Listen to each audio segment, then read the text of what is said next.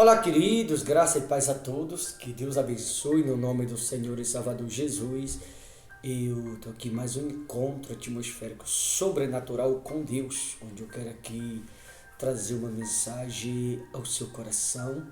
A você que nos acompanha, o desejo do meu coração é que o Espírito de Deus possa abrir a tua mente, iluminar a tua alma.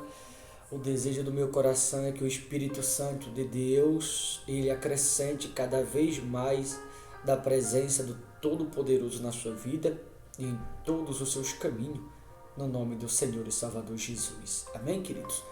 Eu tenho aqui uma mensagem no Evangelho de Lucas, Lucas 22, 36. Vou ler também o versículo 37.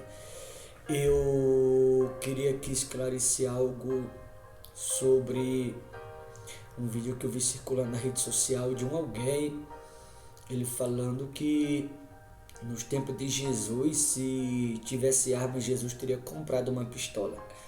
É esquisito isso, porque a Bíblia ensina o contrário. Eu quero te mostrar na Bíblia que não tem nada a ver.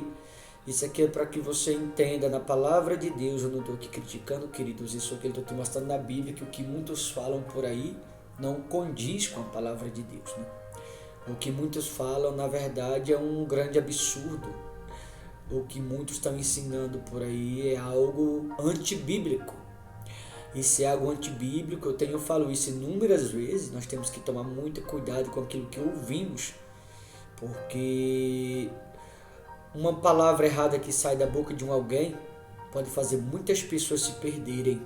Então que você traga isso para você como exemplo, o que eu vou trazer aqui, e que você possa fazer comparação da palavra de Deus e o que muitos falam por aí. Você vai perceber que não tem nada a ver com o que na Bíblia está escrito. Isso aqui não é uma crítica, isso aqui é um alerta, queridos, porque eu já falei que repito, temos que ver as pessoas como alma, e é assim que eu vejo, e é meu dever de ensiná-lo e deixar muito claro aqui na palavra de Deus que o que a gente ouve da parte de muitas pessoas que se dizem ser de Deus não condiz com a Bíblia. Lucas 22, 36, olha o que está escrito, diz assim: Então lhes disse, agora porém, quem tem bolsa, tome-a, como também o alfoge, e o que não tem espada, venda a sua capa e compre uma. Inclusive essas pessoas, algumas, estão usando exatamente este versículo como base e dizendo isso, que nos tempos de Jesus, se tivesse arma, ele teria comprado uma pistola.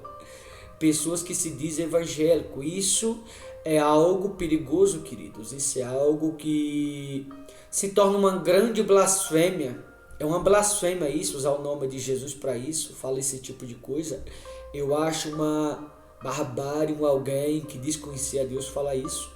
Eu particularmente não acredito que conheça, porque se conhecesse a Bíblia de fato não falaria. De fato, Jesus falou isso daqui, mas porque naqueles dias, isso eu me refiro aos séculos passados, a espada naqueles dias era o instrumento de defesa que as pessoas tinham. Jesus ainda não havia sido glorificado.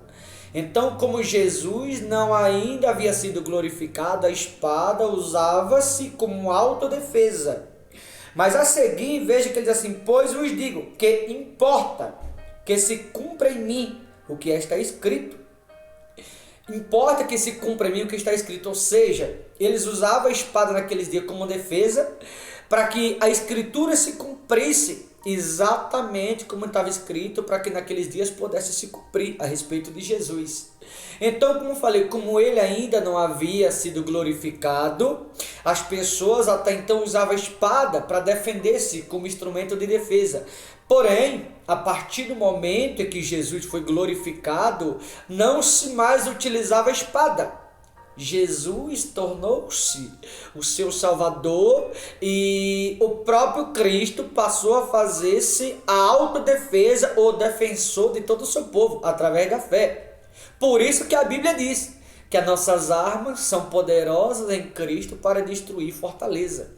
O mundo usa as armas que derramam sangue. O mundo usa as armas que tiram até vida de pessoas inocentes. Nós cristãos, estou falando de cristão, que nem todo mundo é. Aliás, eu diria que a maioria que diz ser crente não são. Mas nós cristãos devemos usar as armas do Espírito. as quais a Bíblia diz que são poderosas em Cristo para destruir fortaleza. E se você for observar, aqui em Mateus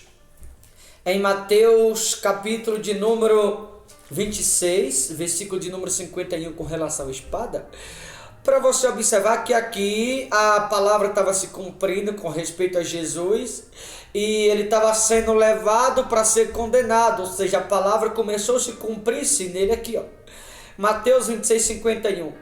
E eis que um dos que estavam com Jesus, estendendo a mão, sacou da espada e, golpeando o servo do sumo sacerdote, cortou-lhe a orelha.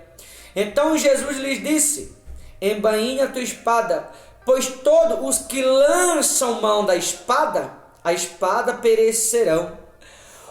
Como se dissesse assim: quem com espada fere, com a espada será ferido. Jesus falou isso para Pedro. Quando a palavra começou a se cumprir a respeito dele, quando ele foi entregue àqueles guardas, àquelas autoridades para ser condenado ou crucificado, Pedro corta a orelha do soldado mau, que Jesus pega a orelha, coloca no lugar e fala: Pedro, guarda a tua espada. Quem com a espada fere, pela espada perecerão. Em outras palavras, quem com a espada fere, com a espada será ferido. Então, queridos, devemos tomar muito cuidado e se perguntar quem estamos seguindo. Cuidado, observe os preceitos de Deus. Tome muito cuidado, porque quem é de Deus fala da parte dele. Quem é de Deus, eu já falei isso aqui tantas outras vezes, repito. Isso aqui não é uma crítica, não estou defendendo um A ou B, eu estou falando da palavra de Cristo. É uma blasfêmia muito grande. Eu fico triste de eu ver que tem muitos cristãos seguindo esse tipo de coisa. Não devemos seguir isso aqui, eles seguir a palavra de Deus. Isso é uma blasfêmia sem perdão.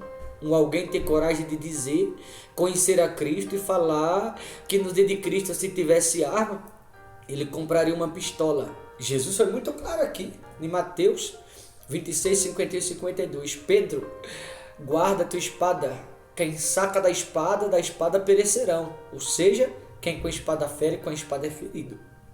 Então tome muito cuidado a quem você ouve. Tome muito cuidado a quem você segue.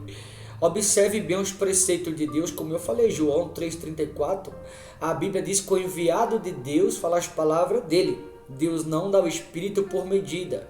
Então, se alguém se diz ser enviado de Deus e não traz consigo os frutos do Espírito Santo, até diz ser enviado de Deus, mas traz consigo o linguajar do mundo, não é enviado de Deus não. Primeira Epístola de João, capítulo 4, versículo 3 e 5.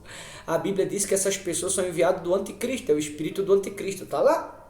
Primeira Epístola de João, capítulo 4, versículo 3 e 5. Observa para você ver.